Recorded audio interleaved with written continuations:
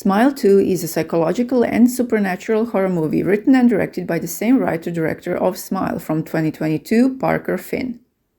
The movie heightens the tension and the dread of its predecessor while diving deeper into the psychological horror that made the first film so chilling. The story picks up 6 days after the ending of Smile, with a familiar character from the first movie dealing with the supernatural entity, and immediately we are off to a banging start, which promises and delivers tension and anxiety until the very end. 1 year after a tragic car accident that happened in the middle of her world tour, the global pop star Skye Riley, fantastically played by Naomi, returns to public life and is about to embark on another world tour, although she still hasn't fully recovered physically nor mentally.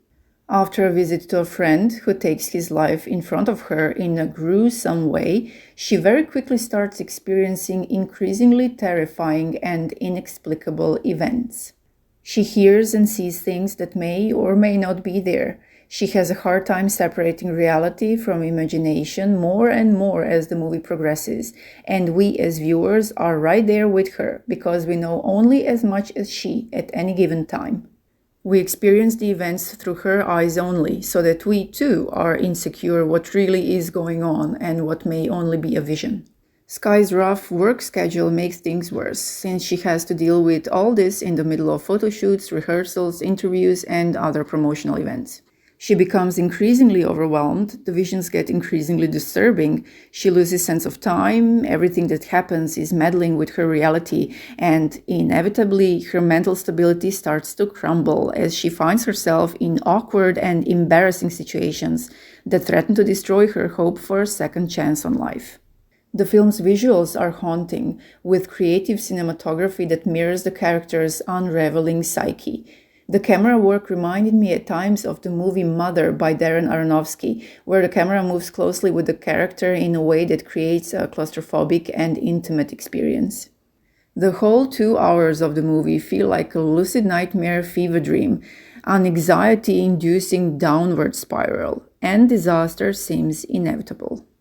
I was constantly on edge, apprehensive about what might happen next, because early on we learned that the term safety is very questionable. Every person might be fake, every move might be false, and there might be tricks and deceptions waiting around every corner. The entity that she is dealing with is a master trickster. We also get to learn how the entity works and are shown its true form in all its glory, and I was really pleased how this was handled. There are several jump scares that literally made me jump, which rarely happens. But the scares are never cheap. They are earned and you don't see them coming. There is quite a lot of body horror and plenty of haunting and goosebumps-inducing moments. Also, let's just take a second to honor this kid, who takes the prize for the creepiest creepy kid of all creepy kids. She could as well have been the true face of the entity. It would have worked fine for me. Naomi Scott's intense portrayal of the paranoid, traumatized, terrified, and increasingly desperate character certainly deserves praise. She has a variety of physically demanding scenes and delivers a raw portrayal with a whole spectrum of emotions.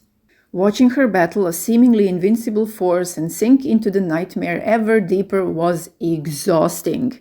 There is no respite. She is constantly being haunted, chased, attacked, or tricked, and her trauma and depression don't help much. The sound design deserves special mention, amplifying every scare with eerie precision. The foreboding and distorted musical score helps build the tension to an insane degree. In the second half of the movie, I thought to myself, give the girl a break already. If this wish was granted, you'll have to see for yourself. So if you want a movie that plays with your mind, where you have the feeling that everything is off and nothing is safe, and one that will make you feel jumpy, haunted, and emotionally drained, I think this one matches the description. Check it out if you like what you've heard, and remember to stay hydrated and to always put a smile on your face. But not like the creepy kid. Don't smile like that. You'll never get a date.